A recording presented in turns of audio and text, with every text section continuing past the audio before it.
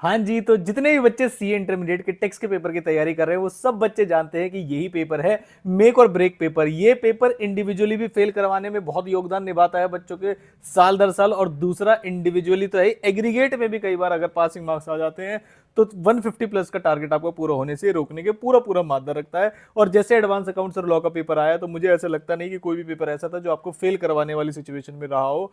Average paper थे, बहुत ज्यादा इजी तो कभी नहीं आ सकते क्योंकि इंटरमीडिएट के पेपर है, और आप बोल दो बिल्कुल ही आउट ऑफ द बॉक्स था, अभी तक ऐसा पेपर नहीं आया है। अब आती है सर टेक्स की बारी, तो क्या आप बोल रहे हो टेक्स का पेपर मुश्किल आने वाला है? नहीं बच्चे, मुश्किल नहीं आने वाला, लेकिन टेक्स के पेपर में किन बातों का आपने ध्यान नहीं दिया तो आपको सारे प्रोविजन आते हुए भी आप क्वेश्चन को गलत करके आ जाएंगे। उन बातों का मैं आपको बताता हूं जल्दी से। प्लस जनवरी 2026 में पेपर पैटर्न में आप कौन से क्वेश्चन को एक्सपेक्ट कर सकते हो, कहां पर, और स्टडी कैसी करनी चाहिए, कौन से टॉपिक्स आपके पेपर में इंपॉर्टेंट है, और अमेंडमेंट कौन कौन सी हैं जो आपके पेपर में आपको करनी चाहिए, अमेंडमेंट की वीडियो कहां मिलेगी, सारी चीजें बताऊंगा। वीडियो को पक्का लाइक कर देना, चैनल को सब्सक्राइब कर लेना। बोलोगे सुपर 40 वगैरह लाने के लिए, हालांकि टेक्स्ट के अंदर अगर मैं बोलूं आपको तो सिलेक्टिव स्टडी करना थोड़ा सा आपको डेंजरस हो सकता है। जैसे आपने पिछले से पिछले अटेम्प्ट में देखा होगा कि क्या नाम है, कैपिटल गेन में इतनी सारी चीजें होते हुए बस एक छोटा सा स्लम सेल का क्वेश्चन उन्होंने पूछ लिया था, तो कोई भी सिलेक्टिव स्टडी आपके लिए नुकसानदायक हो सकती है। तो मैं अब वन बाय वन बता दूंगा आपको जल्दी से। तो जो आपका फर्स्ट क्वेश्चन आने वाला है कंपलसरी क्वेश्चन, वो तो टोटल इनकम और टैक्स लायबिलिटी का आने वाला है, जिसमें पीजीबीपी डोमिनेटेड क्वेश्चन होगा ये। मतलब ज्यादातर इसमें पीजीबीपी के प्रोविजंस पूछे जाएंगे, अदर चैप्टर्स भी रहेंगे बट कंपैरेटिवली वन कम आएंगे। लेकिन जो सेकंड क्वेश्चन है आपका, उसमें कोई भी हेड आपसे पूछा जा सकता है, प्लस अगला जो पार्ट होगा वो टीडीएस टीसीएस से ही होगा। और मेरी आप सब बच्चों से रिक्वेस्ट है, टीडीएस टीसीएस को छोड़ के बिल्कुल ना जाए, एमसीक्यूज में भी इंपैक्ट डालेंगे और सेकंड क्वेश्चन तो आएगा ही आएगा। सेकंड क्वेश्चन का जो फर्स्ट पार्ट आता है वो हमेशा कंपेरेटिवली किसी भी अटेम्प्ट का पेपर उठा के देख लेना आप, इजी आता है। तो अगर आप सोच रहे हो कि इनकम टैक्स में कौन सा क्वेश्चन ऐसा है जो हमें करना ही करना चाहिए, तो फर्स्ट को चाहे आपको आए या ना आए आप अटेम्प्ट तो करके आने ही वाले हैं, लेकिन सेकंड एक ऐसा क्वेश्चन है जो बिल्कुल भी नहीं छोड़ना चाहिए। अगर आपको टीडीएस टीसीएस अच्छे से आता है, आपने रिवाइज कर लिया है, प्लस एक बात ध्यान से समझना, अगर आपको पूरा टीडीएस टीसीएस नहीं आता तो लास्ट के 3 अटेम्प्ट के आरटीपी और एमटीपी करके चले जाना, चांसेस हैं कि वहां से भी फंस सकता है। कई बार अमेंडमेंट डायरेक्ट भी पूछ लेते हैं, और जो सदा बाहर रहे हैं आपके 194C हो 194D हो, उनको तो जरूर अच्छे से पढ़ के चले जाइएगा, आपको भी पता है। और वो बुक्स परचेज वाला और वो 194QR जो भी है वो सब आप पढ़ के चले जाइएगा, ठीक है सर।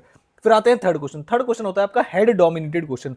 हेड डोमिनेटेड में कोई भी हेड आपसे पूछ लिया जाएगा, तो जो हेड आपसे कैपिटल गेन, क्योंकि बहुत सारी अमेंडमेंट्स हैं वो जुलाई वाली, और अमेंडमेंट को लेकर मैंने ऑलरेडी वीडियो बनाई हुई है, कहोगे तो एक बार री अपलोड कर दूंगा उसको। आप यूट्यूब पे भी जाके लिख सकते हैं income tax amendment shortest possible जो अमेंडमेंट होगी, केडीसी बाद में सर्च कर लेना, आपको मिल जाएगी। वैसे इस वीडियो के आधे घंटे के बाद मैं दोबारा से अपलोड कर दूंगा, ठीक है।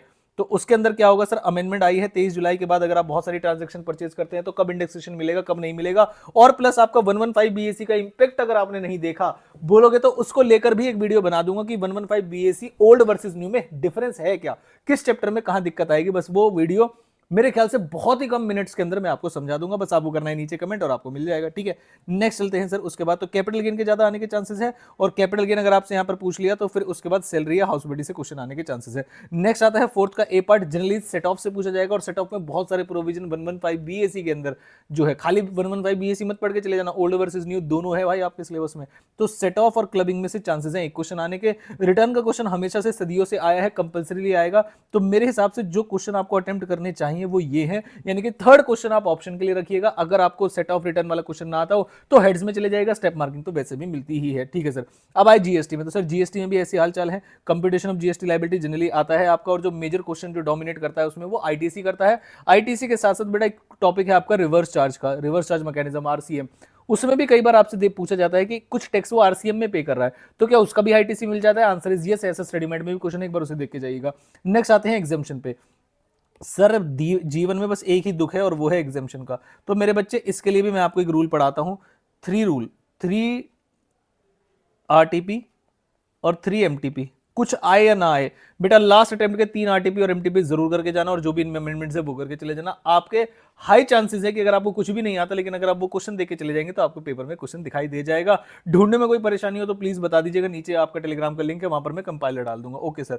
फिर आते हैं चार्जर वैल्यू ऑफ सप्लाई से क्वेश्चन आने के चांसेस है, प्लेस ऑफ सप्लाई का तो आएगा ही आएगा, और वो 6 का बी ही होगा, कंफर्म मान के चलेगा। फ्री लेक्चर्स चाहिए अगर आपको टेक्स्ट के तो बता देना, जैसे मैंने लॉ के अंदर दिए थे वैसे आपको ऐप के ऊपर अपने फ्री लेक्चर्स में प्रोवाइड कर दूंगा। फिर ज्यादातर चांसेस है रजिस्ट्रेशन से क्वेश्चन आए, और एक ईवी बिल का क्वेश्चन अलग से आना ही आना है।